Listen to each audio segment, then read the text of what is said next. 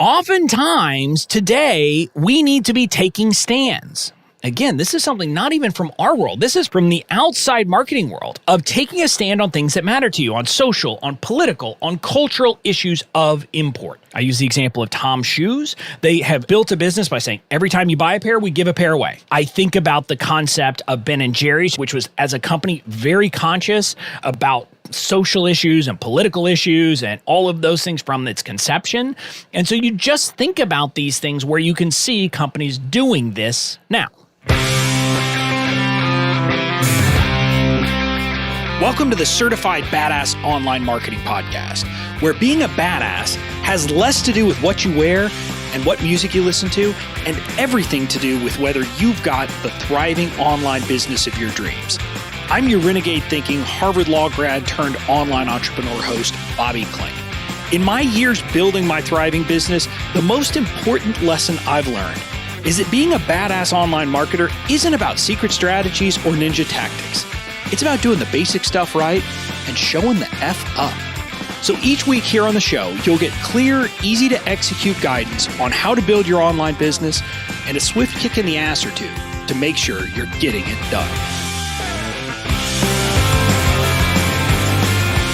Hey there, welcome to episode 181 of the Certified Badass Online Marketing Podcast. I'm your host, Bobby Klink, and I'm excited for today's episode. Now, today's episode is a podcast episode where I'm going to be talking about something that I talked about at a training recently.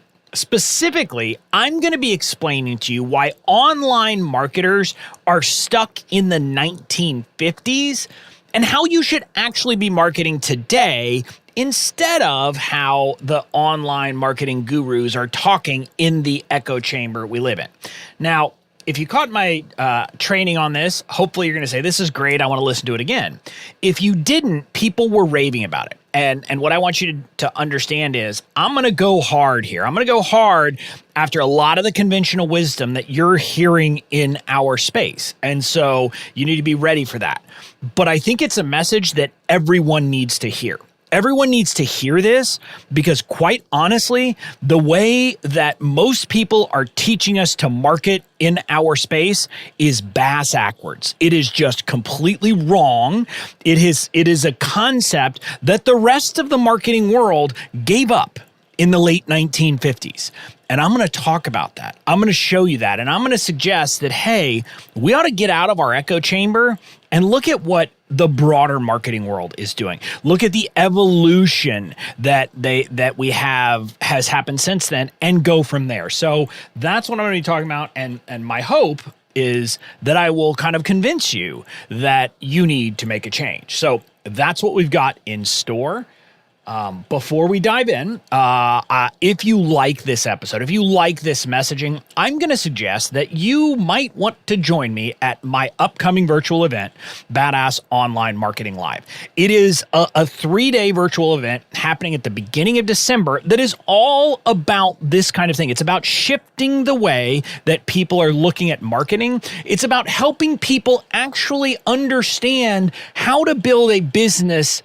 Let me step back. A real business online and a business that will last. So not something where you have a product, not something where you're a flash in the pan, not something where you're focused on, one launch to try to make some money and then all of a sudden, nothing after that. No. We don't want to do that.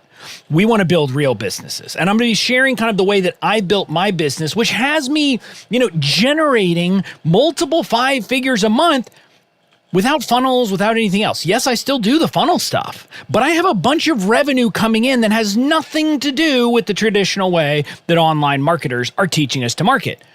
I have that money coming in because I'm using the marketing concepts that are outside of our world. So if you'd like to learn more, head over to bobbyklink.com/bomb live. That's BOM live, bobbyklink.com/bomb live. Now, with that, let's dive in to today's episode. Now, first, I'm going to help you to understand what I mean when I say that online marketers are stuck in the 50s, because obviously we're not, right? I mean, the internets didn't exist back then. So clearly, we're not using 1950s technology. But what I'm going to present to you is that what we are doing is, or what a lot of the online marketing people are teaching you to do, is to use a marketing concept that is from that period and that the rest of the marketing world kind of did away with in the late 1950s. So now my team says I like to use the word esoteric. This is not going to be too esoteric, but we're going to take a walk down memory lane through kind of the evolution of marketing thinking in the broader world. And there are kind of what are called marketing concepts. Think of it as like different ways of approaching marketing. And there are 5 big marketing concepts through history. And we're going to start with those. And once I'm done with that, I'm guessing that just from the description, you'll know where most online marketers are stuck. So the first concept is what's called the production concept of marketing. This is the idea that people want your product to be easily available and inexpensive. So it's basically, you all of your effort in marketing, and just so you know, marketing isn't just in messaging, it's everything in your business, but everything you're doing in marketing should be about making your product cheap and available everywhere. So like that was the idea. Obviously, I think you can see kind of some of the downsides of this. Like if you're under that world, you're like in a race to the bottom on cheap. And we got to be honest, like there are some things that can be cheap, right? I mean, I don't need an expensive paperclip, but there are some things that realistically, we want something that's higher quality, and that having higher quality is going to help. And so there's that piece, and you don't want to fall into this for obvious reasons. I mean, you don't want to be in a race to the bottom to be the cheapest. So that's the production concept. After the production concept, a new idea came out called the product concept. And the product concept of marketing is the idea that people want a better product. So they want it to be more innovative. They want it to be kind of all of these things of making your product, exceptional and better in every way. You can see, I mean, obviously this is a good development, but at the same time, there are some downfalls to this idea too, because it leads to the better mousetrap problem, where some people feel like they need to come up with like a better mousetrap. And just so you know, that expression comes from the fact that the original mousetrap, the one that we use that has a spring loaded and just goes whack, is still more effective than the more advanced ways. And so it's more effective, it's cheaper, it's everything. So why should you spend a bunch of time creating a better mousetrap? If you think about it, if there's already a product that does the job and does it sufficiently for 10 cents, I don't want a better one that I pay $1 for. So the product conception or product concept of marketing had its flaws too. That then takes us to the third concept of marketing, which is called the selling concept of marketing. The selling concept of marketing is based on the general idea that when left to their own devices, consumers won't buy enough of our products. So the job of marketing is to generate demand, to create demand so people will buy a product that they otherwise would not buy. That's the selling concept of marketing. Now, the big downside for the selling concept is that you think about it, we don't like being sold to all the time. We don't like having people selling all the time, funneling all the time, all of those things. Think about it. The selling concept is the notion where maybe you're going to make that first sale, but you're probably not going to make the second sale.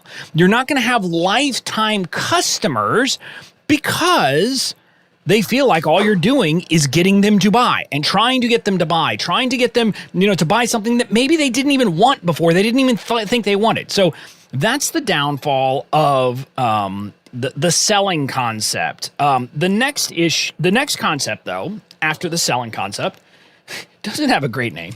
It's called the marketing concept, which is kind of funny. I'm like, well, all of these are marketing concepts, but it's called the marketing concept. And the marketing concept is the notion that what you should be doing as a marketer is sensing what's happening in the market and reacting to it.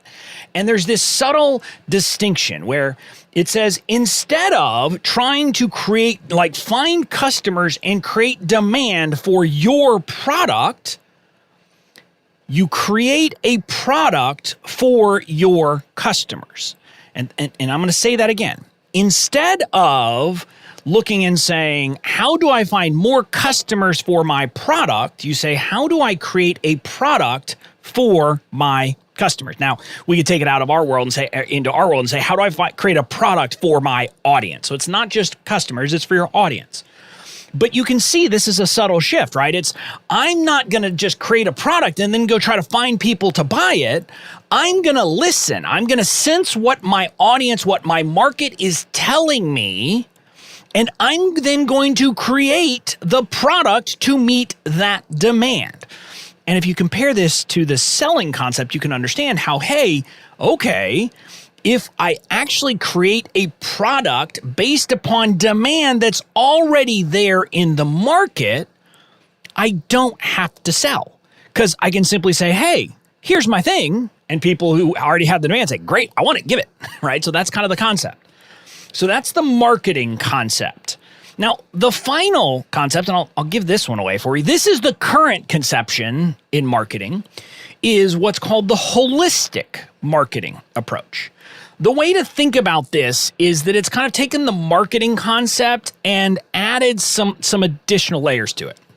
Among other things, it actively recognizes the interconnectedness of everything happening in our business. And what I mean by that is it's actively recognizing that marketing is not just about me communicating with the market. It's me communicating with my team and listening to my team. It's me communicating with my peers and listening to my peers. It's me communicating with all of kind of the broader market, and all of those things fitting together. And if you think about it, in some ways, the first job of a marketer, if you have a team, is to get your team on board. I mean, it is a job of marketing to them so that they are 100% bought into your vision of your business. If you have that with your team, guess what? They'll be able to serve your people better. They'll be able to get your message out there. Everything they do will make sense. So that's kind of the first piece, is it's this interconnected nature that you recognize that. But separate from the interconnectedness, the holistic marketing concept says, hey, relationships matter. And we need to be focusing on and thinking about relationships with all of those people, with customers, with audience, with team, with suppliers, with peers, with everybody else. And again, we probably don't have suppliers in our industry, but we might have the equivalent of like the wholesalers, and that might be people who are going to promote our products for us or things like that. So it's all about relationship building on top of everything else. And finally, the holistic marketing concept says, hey, on top of all of that stuff, oftentimes today we need to be taking stands. Again, this is something not even from our world. This is from the outside marketing world, of taking a stand on things that matter to you, on social, on political, on cultural issues of import. I use the example of Tom's Shoes. They have built a business by saying, every time you buy a pair, we give a pair away.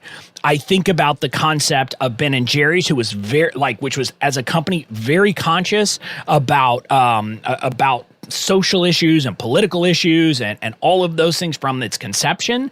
And so you just think about these things where you can see companies doing this now. Okay, so that's our walk down memory lane. Production concept, which is about cheap. Product concept, which is about, making a better product.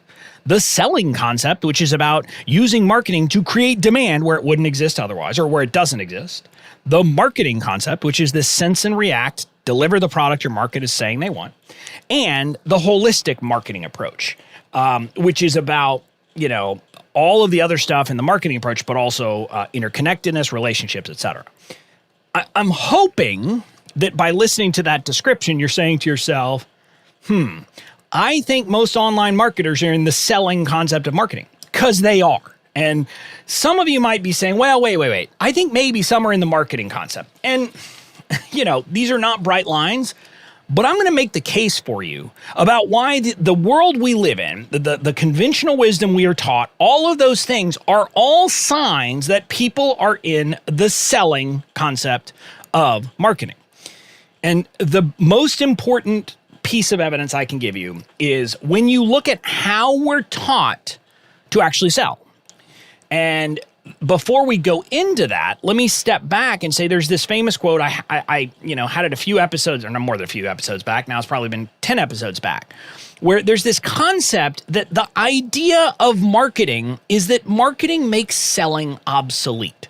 When you have done your job as a marketer, people are ready to buy. All you have to do is say, here's my stuff, and they say, gimme, gimme, gimme. Right? And that's the idea behind it. So if you are hearing from people that you have to be really active in selling and getting people to want to buy, it's a sign that they're teaching you an approach to marketing that is not really marketing. It's selling.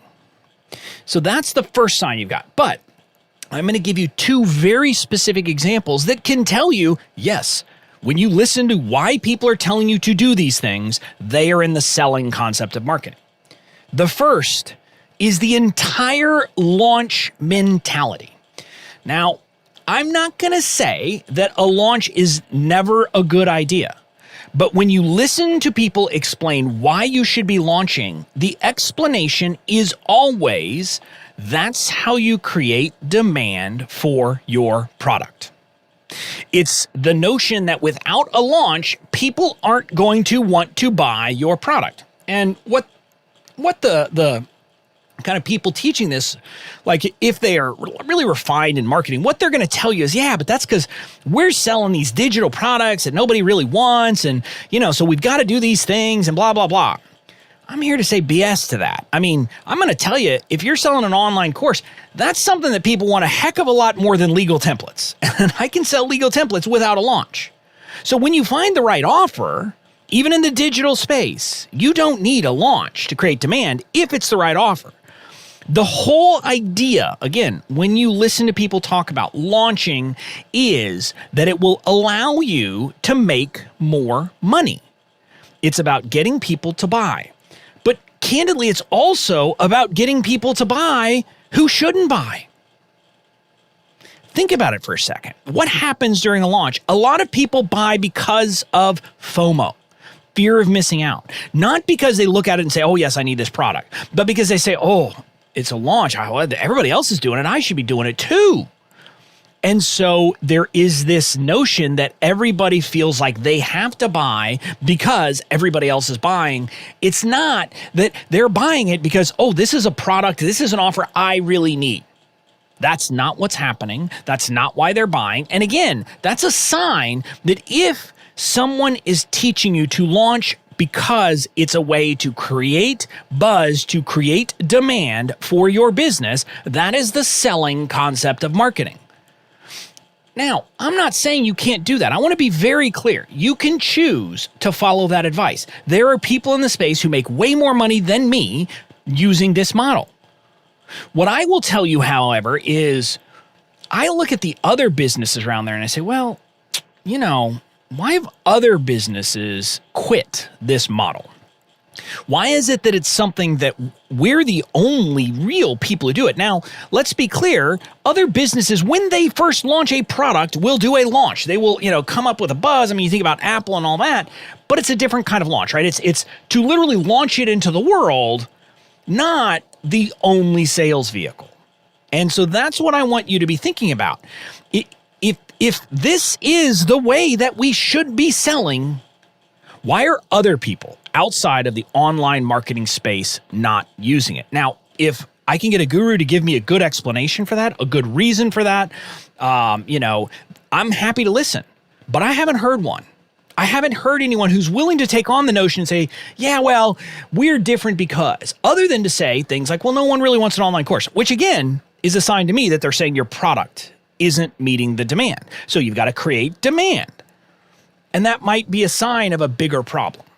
So that's launching, but then I want to step to the next piece, which is related to launching, but doesn't have to be. This is the notion that everyone is teaching us that we have to use limited open cart periods to create urgency and scarcity so that people will buy. In other words, you don't have your products for sale all the time.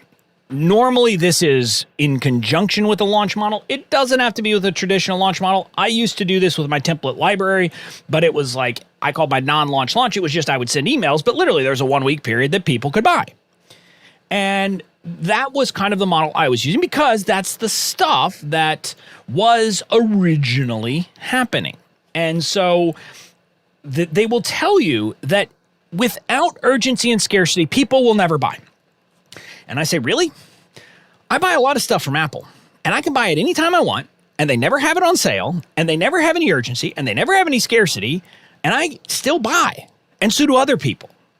See, the reason why you need urgency and scarcity is the same reason that you need a launch, which is that people are saying there is not enough demand for your product, so we've got to create it by using manufactured urgency, manufactured scarcity. And then, like in the membership model, you'll hear people say, well, you should not have your membership open all the time because then people can come and go as they like rather than sticking around. Well, again, what they're saying is you should not have an open membership. You should have a closed membership because that way your content doesn't have to be good enough to keep people there every single month. What people are doing is using these concepts of a launch to create FOMO, of the limited open cart period to create FOMO, to create all of this thing, to get people who should not be buying their product to buy their product. Again, this is a sorry, not sorry moment, but I'm willing to say it. It's the reason why so few people finish online courses, and it's the reason why so many people get burned out in our space. Because they put money into these things because they feel like they have to, and they do those things, and then they never even use it. And it would be one thing if these were like, course or products that were like, useful all the time. But we have people doing this with products that are about like one particular strategy where people aren't even sure that they're going to be using that. But they're like, oh, if I don't buy it now, I'm going to have to wait a whole year. And I've seen so many people buy because of that and never use the course. And it pisses me off, candidly. Like now that I see it and now that I'm kind of woke to it, if you will, it's like, this is just wrong. And it upsets me for a couple of different reasons. But before I talk about why it upsets me, I got to talk about basically what entrepreneurs are teaching us to do is to manufacture the gym model. And when I talk about the gym model, I'm talking about you joining a gym, right? Where a bunch of people join in January, they get locked in, and people are basically doing it. And the gym knows they don't actually have to have facilities to serve all of the people who sign up because only 10% of the people will actually be using the gym come February. Well, that's what the online entrepreneurs are teaching you to do. And what I want to tell you, this is the reason why it bothers me, because we live in a space, if you're listening to me, I'm guessing that you're in this space that is not part of the bro marketing, hey, we're just in it for a buck mentality. We are in the space where the people who are teaching us this crap are telling us that they are serve first entrepreneurs. I'm simply going to say this. Again, you can follow their advice. You can do this, but do not tell me that you are a serve first entrepreneur if you are using manufactured urgency and scarcity to get people to buy. Because what you're doing, and again, when you listen to the rationale that they tell you, you're doing it to get more money, not because it's the way to best serve your audience. And I'm going to ask you, is that the best way to serve your audience? I mean, is forcing people to make a decision now about whether they need it, even though they don't need it right now, the best way to serve your audience? And what I want to tell you is there are some places where having limited open carts makes sense. If you are going to go in there as part of a course and give unbelievable support that you just could not keep up year round, that's a reason to do it. Think of it as like a university, right? There are semesters of a university. I can't just go to the University of Texas, where my alma mater, any time of the year. Like I got to go during the fall, the spring, or the summer. And that makes sense, right? Because I'm going through it in a course with people. And there are times that makes sense. But what I want you to understand is it should be an honest question you're asking yourself. Is this the best way to serve my people? Is forcing people to make a decision now, knowing that part of what that's going to do is cause some people to join because of FOMO who might not need it, worth the fact that the only way I can truly deliver this in the way that needs to be delivered is going through it together with single cohorts. If you can answer that question, yes, I will give you a pass. I will say, yes, you are serving first. But what I will tell you is most people cannot say yes to that, and they're using it as an excuse. And that's just the reality. What I mean is, look, if you're providing like once a week support in a Facebook group for your online course, I'm just going to tell you, you could do that year round. You take a week off here and there, et cetera. You could let people join anytime.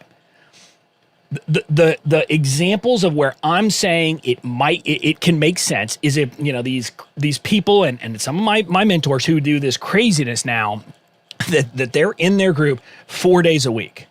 Right. And in that context, I'm saying, yeah, there's no way that you or I or any other entrepreneur could do that year round. We just couldn't, because we would burn out. And so if you've made the decision that that's what your people need, that's the best way to serve them, that's the best way to get them through it, great. But otherwise, I just want you to actually do the hard soul searching in here and say, am I doing this to serve my audience, or am I doing this because it's what they've told me is the way to make more money? I'm not against making money. I want to be clear. I just don't want people who that's their motivation to tell me that they are serve first entrepreneurs, because they're not. So let's talk for a second about how you should adapt, right? And let me talk about, actually, let me talk before we get that. You might be saying, okay, but some people are doing this sense and react, the marketing concept of marketing. And I'm going to tell you that I've seen a few people in the online space do it, but not a lot, because I want to put a fine point on this. The sense and react that the marketing concept is about is not, I come up with an idea and then I go validate it by asking some people in my audience and then I create it. No, it's I literally hear feedback from my people saying, hey, I want this from you. Hey, I want this from you. Hey, I want this from you. And so you create it. It's the difference, and it's a subtle thing. But what I can tell you is that my business stuff offerings all came about that way.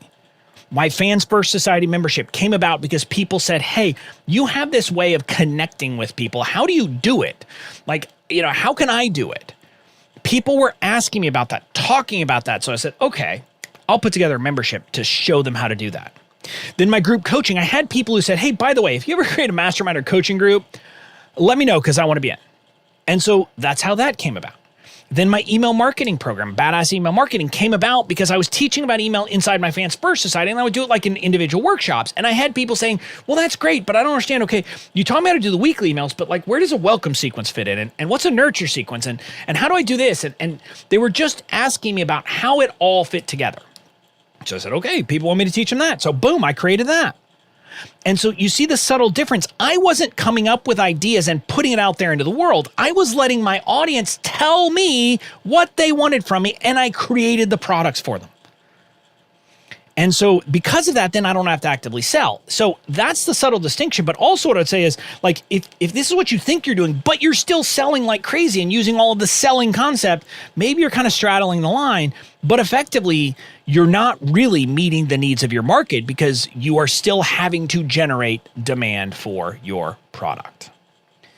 So that's to address that. Now let's talk about how you need to adopt. And the first thing is what we just talked about. You should be creating products in response to what your audience is asking you for. It shouldn't be you have this idea and say, I'm going to put it out there and I'm going to create it. And I know we all do that because candidly, we're like, well, we know what they need. Shouldn't I just create that? The problem is that we are oftentimes not humble enough. And we need to recognize that we need to listen to our audience to say, what is it that they want to learn from me? And when you figure out that thing, the thing that they want to learn from you, that's the product you create. So you create the products in response to the demand, not validate, not any of that stuff. But listen, now, after you're doing that, I still think it's a good idea to validate a product. Like with my email marketing program, I did a beta launch. I did like this launch where I said, hey, I'm going to be doing this thing. And it was kind of a light launch just to the people in my community. And, it was like, hey, I'm going to do this thing. If you sign up for an annual membership in my Fans First Society, you're going to get access to this thing as a beta user. And I had a bunch of people take me up on it. So I was like, cool, people want it. That validated that I had heard the market right and I was creating the right product. So that's okay. But again, first step, listen, then create. But the next thing is the holistic approach is so much based on relationships and interconnectedness.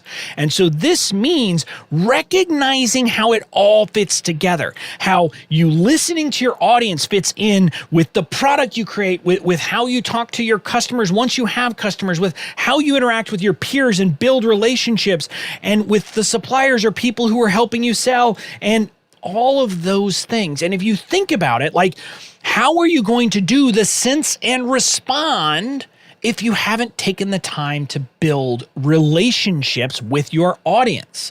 So this is where like the connection piece is so important. And if you're in my world, you know that I talk a lot about connecting, not just converting. And it's a big thing.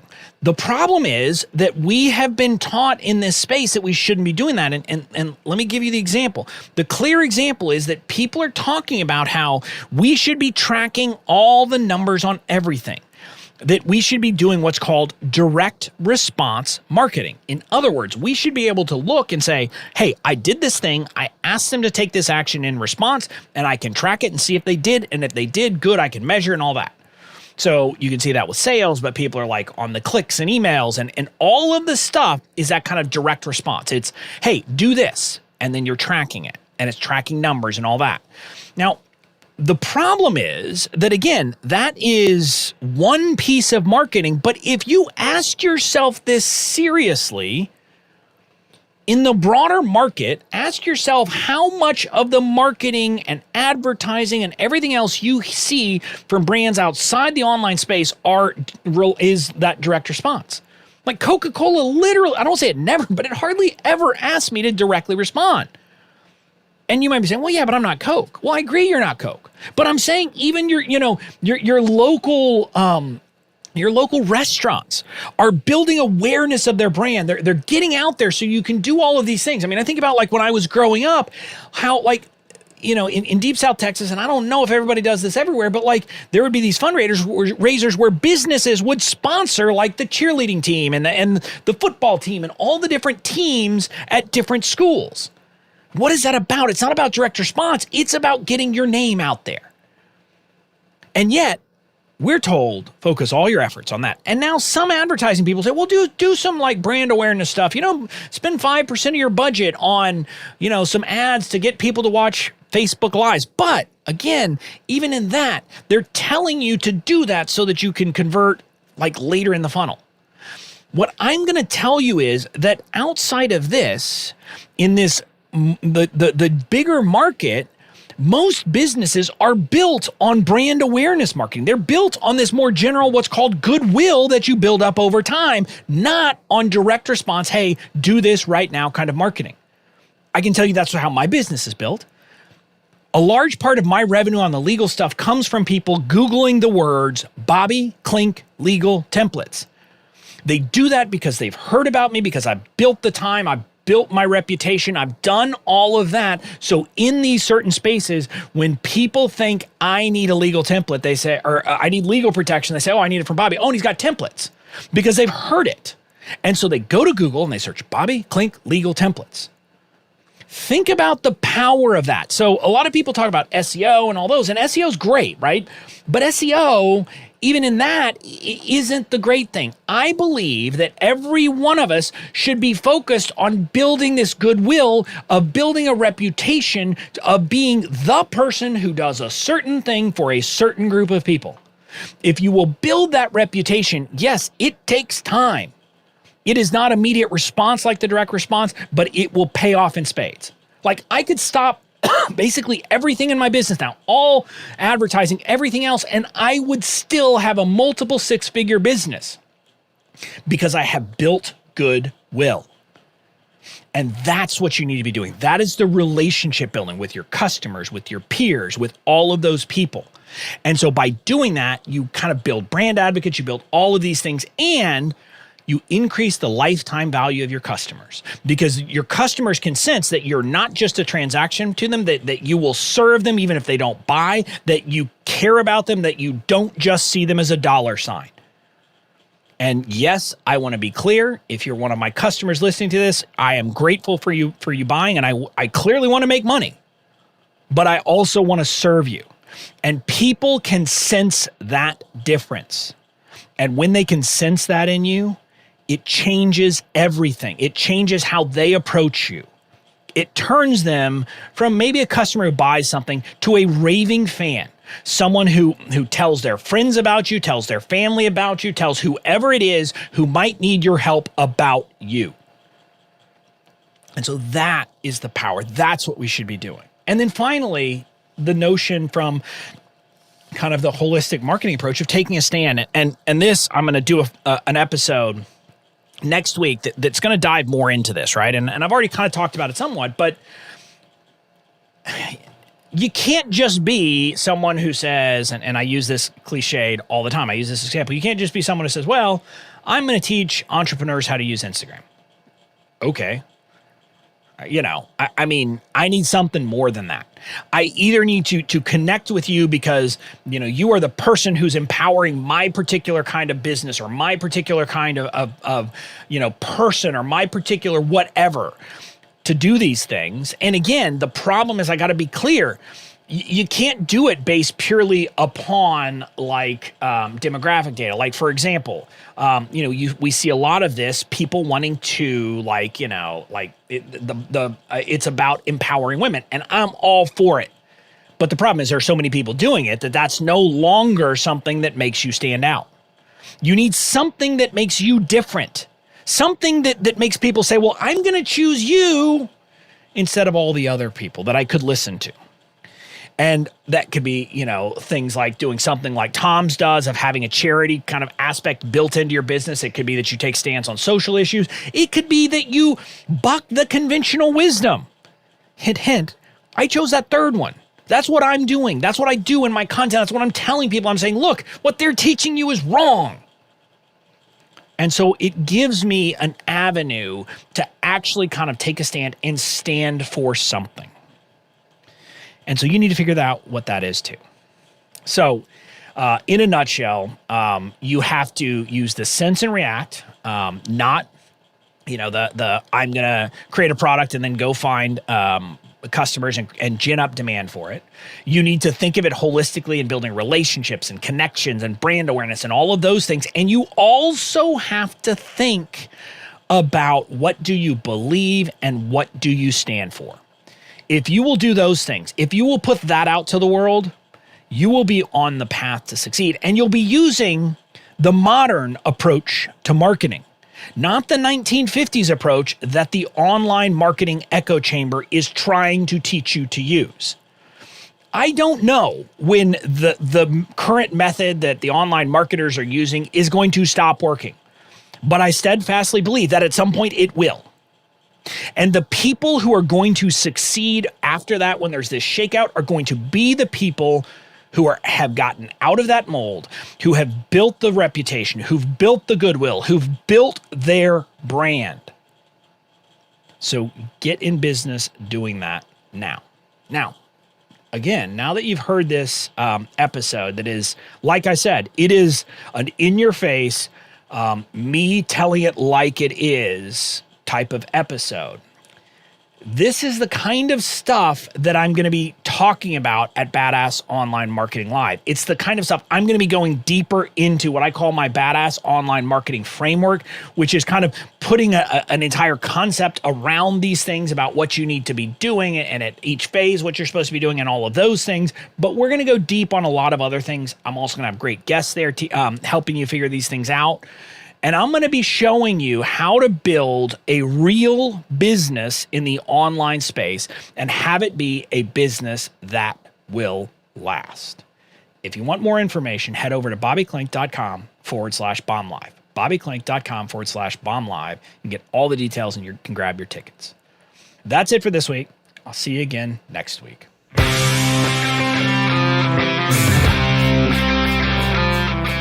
That's it for this episode of the Certified Badass Online Marketing Podcast. Make sure to tune in next time. And in the meantime, go out and build the badass business of your dreams.